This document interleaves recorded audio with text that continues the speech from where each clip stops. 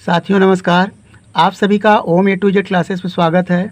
आज हम कक्षा 10 गणित प्रश्नावली 2.2 का प्रश्न संख्या 1 के भाग 5 को सॉल्व करेंगे। यह हमारा चैप्टर बहुपद है, जिसमें हमें बहुपदों के शून्य ज्ञात करना है और शून्यकों तथा गुणांकों के बीच संबंध की सत्यता की जांच करनी है। तो यहाँ पर हम सबसे पहले शून्य ज्ञात कर लेंगे। शून्य ज्ञात करने के लिए जो रूल है, सबसे पहले दिए गए बहुपद का हम गुणनखंड करते हैं। गुणनखंड करने के पश्चात यदि इसमें घात 2 है तो यह द्विघात बहुपद है और इसके शून्यकों की संख्या 2 होगी, अर्थात टी का मान 2 आएगा। तो यहाँ पर 2 शून्यक प्राप्त होंगे। तो सबसे पहले हम दिए गए बहुपद का हम गुणनखंड करेंगे। यहाँ पर हमारा दिया गया बहुपद है टी स्क्वायर माइनस 15। तो इसे सॉल्व करने के लिए देखें, यहाँ पर ए स्क्वायर माइनस बी स्क्वायर का आप फार्मूला जानते हैं, इसी की सहायता से हम इसे सॉल्व करेंगे। तो यहाँ पर फार्मूला आप लिख लें, ए स्क्वायर माइनस बी स्क्वायर, या सर्वसम है, इसका सूत्र होता है ए प्लस बी और ए माइनस बी। यानी प्रथम पद तो ए के वर्ग के रूप में है और दूसरा पद वर्ग के रूप में नहीं है। यदि ये वर्ग के रूप में हो जाए तो ये फार्मूला हम प्रयोग कर सकते हैं। तो यहाँ पर हम सबसे पहले इस फार्मूले के रूप में इस दिए गए बहुपद को लिखेंगे। तो टी स्क्वायर को हम इस तरह टी का होल स्क्वायर लिख लें, और इसी तरह यदि ये 15 है, 15 है, तो 15 को यदि हम रूट इस तरह लिख दें और इसका वर्ग करें, तो यदि वर्ग करेंगे तो 15 पाएंगे। अब यहाँ पर देखें, ये फार्मूला के रूप में हो जाएगा, अर्थात टी को हम मान लें ए और रूट 15 को बी। तो एक बार जोड़ देंगे, एक बार घटा देंगे। तो यहाँ से इसका गुणनखंड हो जाएगा टी प्लस, यानी ए प्लस बी, तो टी प्लस हो जाएगा रूट 15 और दूसरे ब्रैकेट में हो जाएगा T minus root 15।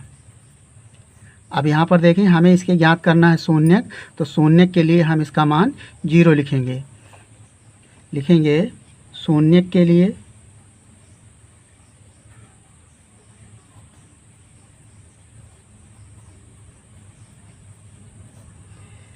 T plus root 15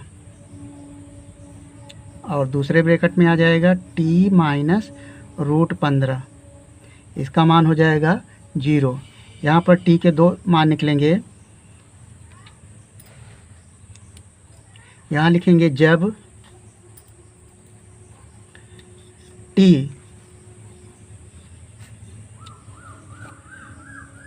plus root 15 बराबर 0, तब टी बराबर हो जाएगा, ये प्लस है, बराबर को उधर जाएगा तो इसका मान ऋणात्मक हो जाएगा, पक्षांतर करेंगे तो माइनस रूट 15 हो जाएगा। यानी यह जो पहला मान निकला यह अल्फ़ा कहलाएगा, यानी अल्फ़ा बराबर माइनस रूट 15। यह अल्फ़ा यूनानी भाषा का ग्रीक अक्षर है, जिसे हम शून्यक कहते हैं। तो प्रथम शून्यक आ गया। इसी तरह जब टी माइनस रूट 15 है तो यहाँ पर टी के भी दूसरा मान निकलेगा। लिखेंगे जब टी माइनस रूट 15 बराबर 0, तो माइनस है, बराबर को उधर ले जाएं तो ये चिन्ह बदल जाएगा, प्लस हो जाएगा। तो टी का मान निकल आएगा प्लस रूट 15 और यह बीटा कहलाएगा। यानी दूसरा शून्यक बीटा बराबर रूट 15 आ गया। अब हमें ज्ञात करना है इनका योगफल, यानी अल्फ़ा प्लस बीटा। तो लिखेंगे मूलों का योग, यानी शून्यकों का योगफल। लिखेंगे चूँकि अल्फ़ा प्लस बीटा बराबर, अल्फ़ा का मान है माइनस रूट 15 और बीटा का मान है प्लस 15 रूट 15। अब यहाँ पर देखें, ये प्लस है और ये माइनस है, बराबर है और विपरीत है तो कट जाएगा, इसका मान आ जाएगा 0। तो यानी शून्यकों का योगफल आया 0। और अब गुणनफल निकालेंगे, तो अल्फ़ा इंटू बीटा, यानी अल्फ़ा का मान है माइनस रूट 15 और बीटा का मान है रूट 15। अब देखें रूट में है तो प्लस और माइनस का गुणा माइनस होगा और दोनों संख्याओं को 2 बार लिख लें इस तरह 15 × 15। अब यहाँ पर एक पेयर बन गया। जब भी जोड़े के रूप में होता है तो हम उसका वर्गमूल निकाल पाते हैं। तो यहाँ पर एक 15 निकल आएगा क्योंकि ये जोड़े के रूप में है -15। तो अल्फ़ा × बीटा बराबर आया -15। तो यहाँ से अब हम जांच करेंगे। तो दिया गया जो हमारा बहुपद है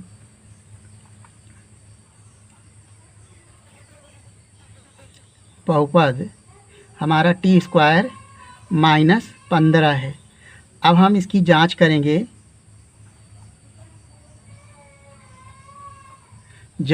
तो दिया गया जो बहुपद है t² -15, इसके गुणांक यानी अल्फ़ा प्लस बीटा, सबसे पहले इसके हम गुणांक निकालेंगे।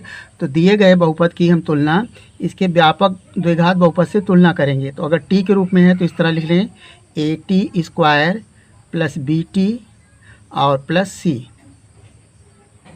तो यहाँ से तुलना करने पर हमें मिलेगा a बराबर यहाँ पर गुणांक कुछ नहीं है तो आप 1 लिख सकते हैं, a बराबर 1। और b का मान इसमें रिक्त है यानी b पद नहीं है तो उसका मान हम 0 लिखेंगे। और c का मान हमें दिया गया है -15, तो c बराबर -15। यहाँ से तुलना करने पर हम पाते हैं। तो सबसे पहले लिखेंगे अल्फ़ा प्लस बीटा यानी मूलों का जो योगफल है, इसे गुणांक के माध्यम से हम ये प्रूव करेंगे कि दोनों का मान सेम आता है, तब इसकी सत्यता की जांच होगी। तो सूत्र आपको बताया गया था, यहाँ पर हम सूत्र आपको पुनः दिखाते हैं। यहाँ पर यदि कोई बहुपद है द्विघात और उसके शून्यक और गुणांकों के बीच संबंध ज्ञात करना है, तो इसका दिया गया बहुपद a² plus bx plus c, यहाँ पर a ≠ 0 बताया गया है, जिसमें a का मान कभी भी 0 नहीं होगा। यदि 0 होगा तो यह द्विघात बहुपद नहीं हो पाएगा।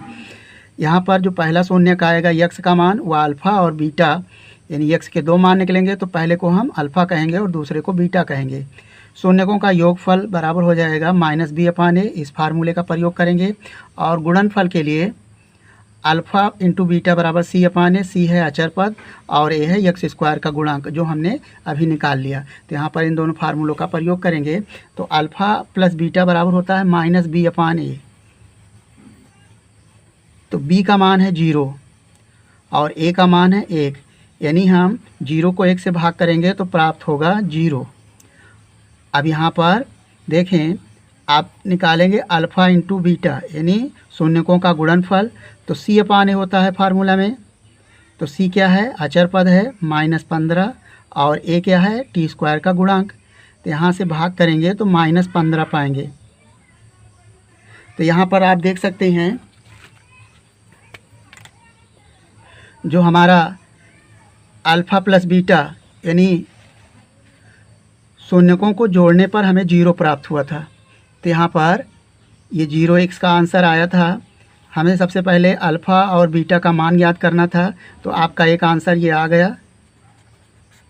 यहाँ पर शून्यकों को ज्ञात करना है तो आप लिखेंगे अल्फ़ा बराबर -√15 और बीटा बराबर √15। एक आंसर ये हो गया। उसके बाद योगफल निकाला गया, इन दोनों मूलों को जोड़ा गया तो जोड़ने पर 0 आया। और जांच करने पर यानी जो गुणांकों का एक तुलना की गई तो यहाँ पर 0 आया। तो ये दोनों मान सेम आते हैं, तो यहाँ पर योगफल की सत्यता की पुष्टि होती है। अब बात करते हैं गुणनफल की। तो गुणनफल में हमने अल्फ़ा × बीटा को दिखाया, गुणा करके -15 प्राप्त किया। और यहाँ पर इसके जो गुणांक हैं अल्फ़ा × बीटा c/a से दर्शाया गया, तो यहाँ पर इसका मान -15 निकला। तो यह भी सत्य पाया गया। हम आशा ही नहीं अपितु विश्वास करते हैं कि आपको इन प्रश्नों का हल समझ में आ गया होगा। आपका अपना किसी भी प्रकार का सुझाव या डाउट हो तो कमेंट करेंगे। यदि वीडियो पसंद आया हो तो वीडियो को लाइक करके चैनल को सब्सक्राइब कर लें। इस वीडियो को अपने दोस्तों के साथ शेयर कर लें। वीडियो देखने के लिए धन्यवाद।